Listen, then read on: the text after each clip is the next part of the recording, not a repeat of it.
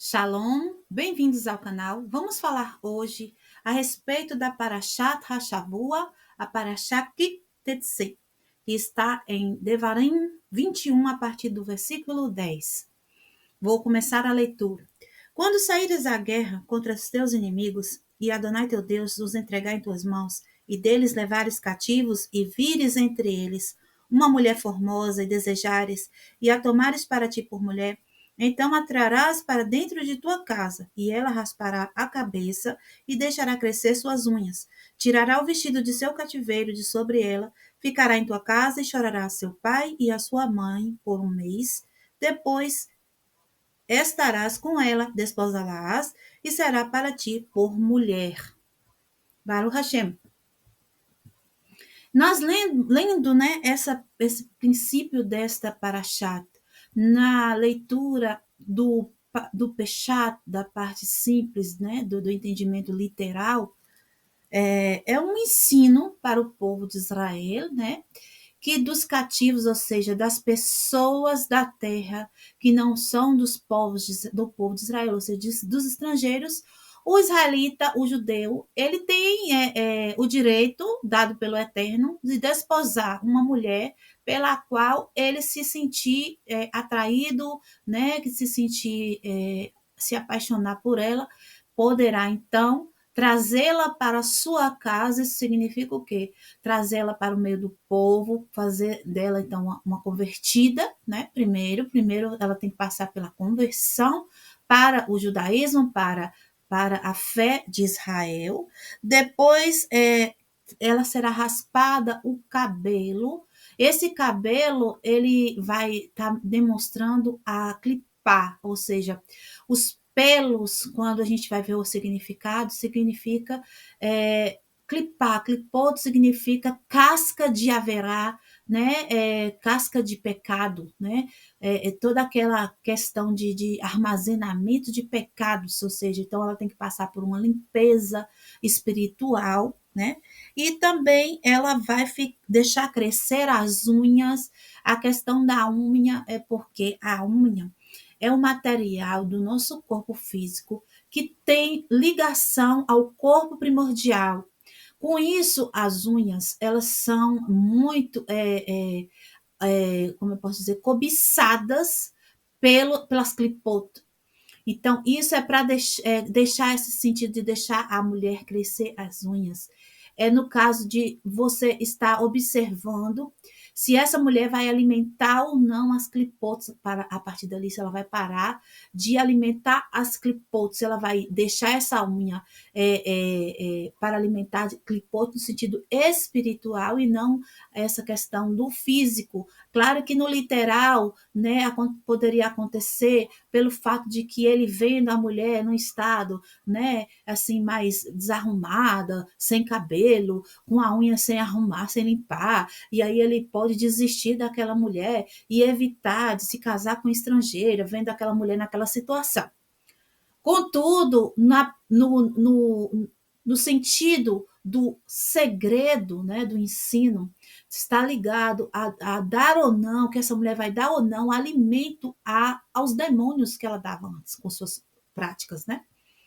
Porque quando a gente peca, quando a gente faz um haverá, a gente alimenta a energia negativa. É isso que a gente faz com a verá. Então, a mulher vai ter um período para que ele observe se ela vai dar alimento novamente para a negatividade ou se ela vai dar alimento para a luz. E ainda tem a questão dela chorar o pai e a mãe. O que significa isso? Na literalidade, a gente consegue compreender que essa mulher ela foi tirada de seu país, do meio de sua família, então ela teria um tempo de luto, né, para que ela esquecesse, né, de sua vida passada e agora em diante seguisse com um novo caminho, uma nova vida, uma nova religião, uma nova família, um novo povo, né, com seu marido. Mas esse pai e essa mãe, quando a gente vai olhar no sentido do segredo, né, que está ali nos códigos da Torá, esse pai significa a madeira e a mãe significa a pedra. O que é isso, madeira e pedra? Os ídolos que eram feitos de madeira e são até hoje, né, e de pedra. Ou seja, está falando de idolatria, que ela vai chorar, que ela vai o que ela vai se entristecer pela idolatria que ela fez. Ou seja, ela vai lamentar o que ela fez de idolatria. E interessante, o mais interessante é que o período de choro, o período de arrependimento, o período de techuvá é de 1 mês, está ligado justamente com o mês de Elul que nós estamos passando, porque esse mês ele é propício para quê? Propício para arrependimento, propício para techuvá, ok? Então, podemos começar a perceber, podemos utilizar desse entendimento de trazermos alguém de fora para dentro do povo de Israel através de um matrimônio, né? Através de um casamento do ajuntamento de um homem com uma mulher estrangeira, nesse sentido, dele trazer ela primeiro para o povo, fazer a conversão dela, raspar a haverá, tirar o mal dela, né, fazendo com que ela jejue do mal que ela praticava, pare de fazer a haverá, ensine a ela a Torá, e assim raspe, né, os cabelos nesse sentido. A questão da unha, vamos ver se ela vai continuar alimentando as clipá ou se ela vai parar de alimentar, né? A questão do choro ao pai, o choro da mãe, que é o arrependimento, o lamento pela idolatria. Mas podemos ter uma visão ainda mais profunda desse ensino, dessa história aqui, vendo essa mulher não como uma moça que um rapaz queira se casar, mas vendo essa mulher como a nossa própria alma. Ou seja, olha o que está escrito assim: quando saíres a guerra contra teus inimigos. Que guerra é essa? Será que só serve essa parte da Torá? Só serve para um soldado? É um ensino para um soldado apenas? Não. Essa guerra, meus irmãos, é a guerra diária que nós temos contra o Satã interno. Então, nós vemos essa mulher agora não como outra pessoa, uma pessoa a quem alguém se apaixonou, não, mas como nossa própria alma. Olha o entendimento. Você todos os dias vai sair para a guerra, certo? Que guerra? A guerra contra o Satã que existe dentro de você. Eu vou sair para a guerra todos os dias contra o Satã que existe dentro de mim. Para fazer guerra contra ele, para fazer um embate, de dizer não para a vontade do Satã, de fazer techuvá no sentido de fazer uma proatividade, uma ação contrária à ação que o Satã esperava que eu tivesse nos meus embates diários, na minha batalha diária contra ele. E quando acontecer isso, de eu tomar para mim essa guerra, de eu disser dentro do meu coração e dos meus pensamentos, eu vou guerrear contra o Satã, eu vou encontrar uma mulher lá. Que mulher é essa que eu vou encontrar na guerra? É a minha própria alma em techuvá. Ou seja, agora eu vou eu vou olhar para essa mulher. Antes eu nem olhava, se eu não sair para a guerra com Satã, se eu não tomar essa posição, né? Se eu não me posicionar como uma guerreira, se você não se posicionar como um guerreiro, como um soldado, de lutar contra o Satã, quando você fizer isso, você vai começar a perceber a sua alma. E você vai achar ela linda e formosa. Por quê? Porque é você mesmo. Quem aqui não se acha, quem aqui não se ama, né? Não se acha bonito, ou seja, quem não está se achando bonito é porque está com algum problema de autoestima, precisa melhorar. Cada um de nós temos que nos ver, né? Da melhor forma possível. Bonito, sim, porque a beleza não é a forma, a beleza é como a pessoa ilumina o mundo, ilumina o outro, né? A beleza é a alma que transluz, não a fisicalidade. Apesar que quando nós nos amamos também na fisicalidade, é muito importante, porque nós vamos cuidar de nós mesmos, né? Isso é muito bom você sempre entender que o Eterno... Olha o mandamento do Eterno. Amarás o próximo como a si mesmo, ou seja, nós devemos nos amar. O Eterno ordena que nós nos amemos. Como que eu vou fazer techuvá? Como que eu vou querer melhorar minha alma se eu não me amo? Então eu tenho que tratar isso dentro de mim, eu tenho que achar que eu mereço, né? Eu tenho que ver que eu quero e mereço a luz divina. Ou seja, não porque eu mereço, porque eu sou melhor do que alguém. Não. Eu mereço por quê? Porque o Eterno me fez para isso. Ele me fez como um vaso. Então, o recipiente, ele foi preparado para justamente receber a luz do Eterno. Não rejeite o Eterno. Já ensinei sobre isso em outros vídeos anteriores. Vamos voltar então para o pensamento. Quando saíres para a guerra, ou seja, isso é uma guerra individual, cada um de nós, contra quem? Contra o Satã, contra as nossas características negativas, contra o nosso ego. Quando a gente realmente se levantar para guerrear contra ele, né, a gente vai perceber uma mulher bonita. E essa mulher bonita e formosa, que é atraente para nós, é nós mesmos. Mas ela vai estar o quê? Vestida com vestes de estrangeiras. Ou seja, vai estar utilizando de características do povo da terra. Então, o que eu e você temos que fazer com a nossa alma? Arrancar aquela roupa, como está aqui escrito, né? Você vai tirar a roupa dela, a roupa de cativa dela, e vai vestir a roupa do seu povo, né? É assim que a gente tem que começar. Vai primeiro retirar aquela veste que ela tinha, que a nossa alma tinha, a veste, né? A veste sem ser neutro, né? Sem recato. A veste de quê? A veste de alguém que não serviu ao eterno. O que quer dizer veste? Quer dizer, né, quando você olha alguém vestido de roupa de academia, o que é que você pensa? Essa pessoa está indo fazer exercício físico. Quando você vê alguém usando roupa de banho, essa pessoa está indo usar uma piscina ou está na praia. Porque a veste, ela vai denotar o que a pessoa vai agir. Então, é isso que é a veste no sentido espiritual. São as ações que a pessoa está demonstrando naquele momento. Ou seja, aquela alma estava vestida como uma estrangeira, estava vestida como uma mulher da terra, ou seja, com sem neúdo, sem recato, né? Usando vestimentas que não eram do agrado do Eterno, ou seja, com ações erradas, de comportamentos errados, andando por caminhos errados, fazendo averoto, né? O tempo inteiro. Então, essa mulher, que é a nossa própria alma, ela deve ser, como é que nós devemos tratá-la nesse mês de Elul, que tem que ser durante os 30 dias, ou seja, nos dias de Elul. Como que eu vou tratar essa mulher? Eu vou pegar a minha alma e eu vou trazer para o meio de Israel. Eu vou trazer para a casa de Israel. Eu vou trazê-la para dentro do povo de Israel. E lá eu vou raspar os seus cabelos. Como eu já falei, os cabelos, eles têm uma denotação no segredo da Torá como clipar, que é casca espiritual, né? Então, vou tirar, clipar. Como que eu vou tirar, clipar? Como que eu quebro a clipar? Já falei várias vezes. Como é que eu deixo? Como eu deixo enfraquecida a clipar? Não alimentando a clipar. Então, por exemplo, eu criei uma clipar fofocando. Eu tenho uma clipar de fofoca. Como que eu vou enfraquecer essa clipar? Falando palavras de Torá e parando com a fofoca. Parando imediatamente com a fofoca, eu já não dou alimento para a clipar da fofoca. Falando palavras de Torá, que é o contrário, né?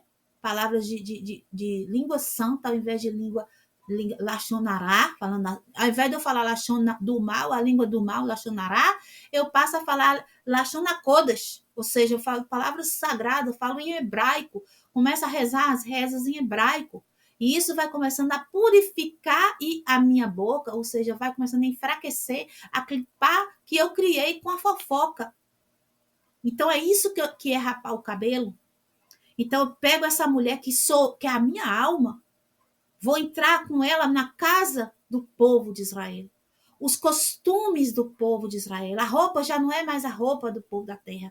Agora é a roupa do povo de Israel. Roupa com siniut, ou seja, com recato, ou seja, o modo de agir já não é mais a ação do povo da terra, já não fala mais as gírias do povo da terra, já não fala mais os trejeitos, já não ando mais me sacudindo com os trejeitos do povo da terra, já não, os assuntos que eu venho para conversar no meio, já não é mais aqueles assuntos, né, de Lachonará, e agora sim, palavras de Torá. E assim eu vou fazendo o quê? Fazendo essa mudança das vestes da minha própria alma, raspando o cabelo, enfraquecendo a clipar, deixando que as unhas cresçam, ou seja, eu tenho que perceber o que é que eu estou alimentando, porque a unha é alimento de energia. Eu estou alimentando energias positivas ou alimentando energias negativas? Começar a perceber qual tipo de criatura que eu estou alimentando. Se eu estou alimentando o bem ou o mal, né? E a questão do choro. Preciso que agora fazer o lamento pela idolatria. Pedir perdão, fazer as súplicas. Esse é o mês da gente derramar diante do Eterno as nossas lágrimas. Falar com ele tudo aquilo que a gente praticou, que a gente não tinha a intenção e a consciência no momento que a gente fez de praticar o mal, mas a gente acabou fazendo idolatria. Não vamos pensar só na idolatria de religião, meus irmãos. Existe idolatria de várias formas. Vamos falar de uma idolatria simples aqui. Se você se apega muito a alguém, a alguma pessoa, pode ser uma pessoa da sua família, você não vive sem aquela pessoa, você é como se aquela pessoa fosse o próprio eterno, você não respira se você não souber que aquela pessoa está ali no controle das suas mãos. Isso é idolatria. Se você tem algum objeto que você, dentro da sua casa, que se alguém tocar naquilo, ou se alguém tirar, ou se aquilo quebrar, ou se alguém levar, você é como se levasse a sua própria vida junto. É idolatria. Um esporte que você talvez goste muito, e isso toma muito do teu tempo, ou seja, porque o tempo é exclusivo, né, para coisas, para o serviço divino, ou seja, você não deve pegar o seu tempo e gastar ele todo apenas com serviço comum, profano. Então, se você está pegando o seu tempo maior e fazendo ações para algo que você tem muito apego aqui do mundo, algo que não é sagrado, não é do eterno, é idolatria, né? E fora a questão religiosa, que a gente, infelizmente, né, passou muito tempo enganada, achando que estava honrando e adorando o verdadeiro Deus e estava por aí adorando três deuses, adorando outras pessoas, outros seres, que não é o Akadosh Baruch Hu, bendito seja. Então, esse é os 30 dias de Elul. O que é que a gente vai fazer nesses 30 dias de Elul? Chorar o pai e a mãe. Aqueles dois que a gente tanto tinha apreço, a madeira e a pedra, os ídolos, para o Hashem. Então, depois de passar do mês, né? Depois de passar do mês, que passou o mês de Elul, vem o quê? Rosh Hashanah. E o Rosh Hashanah, a gente vai fazer o casamento dessa alma novamente com o Eterno. Nós vamos desposar com o Eterno. Vamos fazer de novo, né? Esse matrimônio sagrado. Ele vai nos receber, porque o Eterno ele está esperando, é isso mesmo. Ele não está torcendo que dê errado, pelo contrário, ele está torcendo que dê certo, para que você, né, seja feliz, para que você tenha tudo de bom para o Hashem durante esse novo ano que vai se iniciar após Rosh Hashanah. Porque tudo vai depender desse julgamento de Rosh Hashanah para se realizar na nossa vida no ano que vem. Tudo é determinado nesse dia. Não existe essa de Deus determinar bênçãos e coisas durante o todo. Não, tudo é no dia de Rosh Hashanah. Porque o Eterno, ele vê à frente, atrás, dos lados, ele vê tudo. Então, ele já sabe se a gente merece ou não receber a bênção, se a gente merece ou não receber a punição. Baruch Hashem.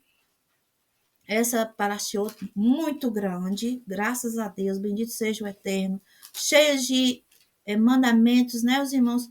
Façam uma leitura. Eu vou falar aqui também, além dessa questão dessa mulher, que a gente teve essa interpretação, para que é muito válido para o mês de Lula, também dos últimos versos aqui da Parashot, que está no capítulo 25, versículo 17 em diante, diz assim: recorda-te do que te fez Amaleque no caminho quando saías do Egito, que te encontrou pelo caminho e feriu todos os enfraquecidos que ficavam atrás de ti, e tu estavas sedento e cansado, e Amaleque não temeu a Elohim.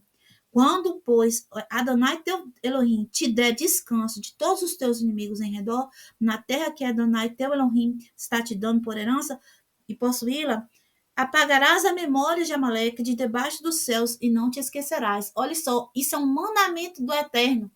Apagar a memória de Amaleque, ou seja, destruir Amaleque completamente. E o povo de Israel não cumpriu esse mandamento. Quando Shaul, o primeiro rei de Israel, impulsou como rei, o profeta Shmuel deu a ele a ordenança: destrua Amaleque, todo o seu povo, destrua os animais, destrua tudo. E o que aconteceu? Shaul foi lá, matou todo mundo, mas trouxe o rei e trouxe os animais.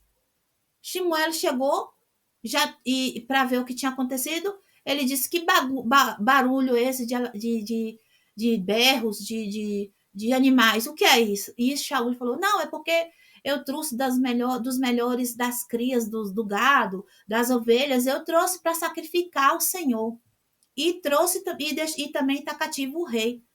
Shmuel ficou nervoso, pegou uma espada e cepou a cabeça do rei e falou que o Eterno disse para fazer. Faça, não fique criando novas leis. O mal das pessoas, meus irmãos, é criar doutrinas em cima, avessas à vontade do Eterno. Se o Eterno disse mate todos, mate os animais, mate todos, não deixe ninguém, por que o Eterno mandou matar os animais? O que os animais têm a ver com as pessoas? Aquele povo de Amaleque, meu irmão, meus irmãos, quando você vê o Eterno mandar matar todo mundo, inclusive os animais na Torá, é porque as pessoas daquele lugar são feiticeiros, muito poderosos no sentido de fazer transmutações, eles conseguiram transmutar pessoas em animais para se esconder. Tipo assim, o inimigo vem e ele se transmuta, se transforma em um animal, e aí não a pessoa, no caso, não é morta pelo inimigo, pelo fato de que ela está como um cavalo, ou como uma vaca, ou como um boi, ou como uma ovelha. Né? Então, eles tinham essa questão deles saber fazer esse tipo de feitiçaria.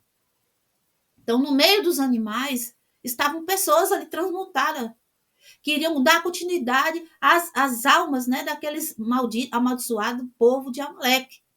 E o Eterno disse: destrua todos, porque essas almas, eles vão contra vocês, porque Amaleque é três clipat meod, ou seja, Amaleque é uma alma muito de clipar muito grossa, três tipos de clipar muito grossa, que não tem como revelar a luz divina. Dali não sai bondade, não vai sair a luz, não consegue transmitir a luz de Deus, só a morte, o mal. Amaleque foi criado através de uma relação entre ele faz é filho de Esaú, com uma mulher casada num adultério. Então, Amaleque é filho de. Foi assim: ele se casou não, teve uma filha primeiro, com uma mulher casada, que não era a mulher dele, então foi um adultério, teve uma filha. Ele pegou essa filha que ele teve com essa mulher e teve um filho com a filha. Ele fez pecado sobre pecado. Ele fez crime, ele fez peixe sobre peixe. Ele fez pecado de careta duas vezes, né? Primeiro o adultério, depois o incesto com a filha. E o filho que nasceu dessa relação entre ele e a filha dele, bastarda, foi Amaleque. Então é um tipo de alma, né, que infelizmente está espalhada aí nesse mundo, que não tem conserto. Ali é para ser destruído, porque não tem como a luz divina mais sair daquela casca, que é uma casca muito negativa. Então, quando o Eterno diz: mate todos, mate crianças, mulheres, mate os animais, porque ali no meio dos animais também tinham pessoas transmutadas, né? E tem a questão das almas também, que as almas elas voltam em corpos de animais para fazer a questão do Gilgul. Então ali também tinha almas encarnadas naqueles animais. E não poderia haver reprodução daquelas almas, ou seja, essas pessoas elas não poderiam dar continuidade no mundo. Mas, infelizmente, o rei Shaul deixou vivo o rei. E a noite que o rei passou preso no calabouço do castelo de Shaul, uma serva foi servir o rei. Servir o rei, os irmãos entendem o que é servir, em tudo, dizendo. E essa serva, ela gerou um filho do rei depois. E esse filho, com a alma, né, a maldita do povo de Amaleque, esse filho, né, continuou com a descendência dessas almas malditas na terra, porque Shmuel matou o rei, matou todos os animais, contudo, essa mulher que engravidou, ele não sabia, né, que tinha acontecido, e depois essa mulher provavelmente escondeu o filho com medo de que matasse o filho dela, e esse menino deu origem a lá na frente o que vai lutar contra o povo judeu, né? Na festa de Purim, a gente conta a história de Hamas, né? Que ele de Haman, desculpa, Haman, que ele tenta matar todo o povo judeu com um decreto que ele inventa lá uma história e faz um decreto de morte para todo o povo judeu, aniquilar todo o povo judeu, né? E a rainha Esther, né, ela consegue reverter a situação pela misericórdia do Eterno. E eles continuam por aí, né? Agora mesmo eu falei o nome nesse time, não vou repetir porque pode ser que o vídeo não vai para frente se eu ficar falando o nome desse povo. Mas os irmãos sabem do que eu estou falando, né? Que estão aí guerreando contra Israel. Então, meus irmãos, nós não devemos esquecer disso. É um mandamento do Eterno. Destruir a memória de Amaleca. Ou seja, em algum momento, quando entrar na terra, ou seja, daqui, quando o Mashiach voltar, Baruch Hashem, bendito seja o Eterno, ele vai destruir esse povo. Quando ele chegar, que todo o povo ser reunido na terra, o primeiro povo a ser destruído totalmente é Amaleque. Para que se cumpra este mandamento que está nesta porção que você disse. Peço aos irmãos que leiam a porção. Eu deixei no grupo lá, as aliou tudo certinho, deixei o áudio também. Muito importante fazer a leitura, o estudo da porção.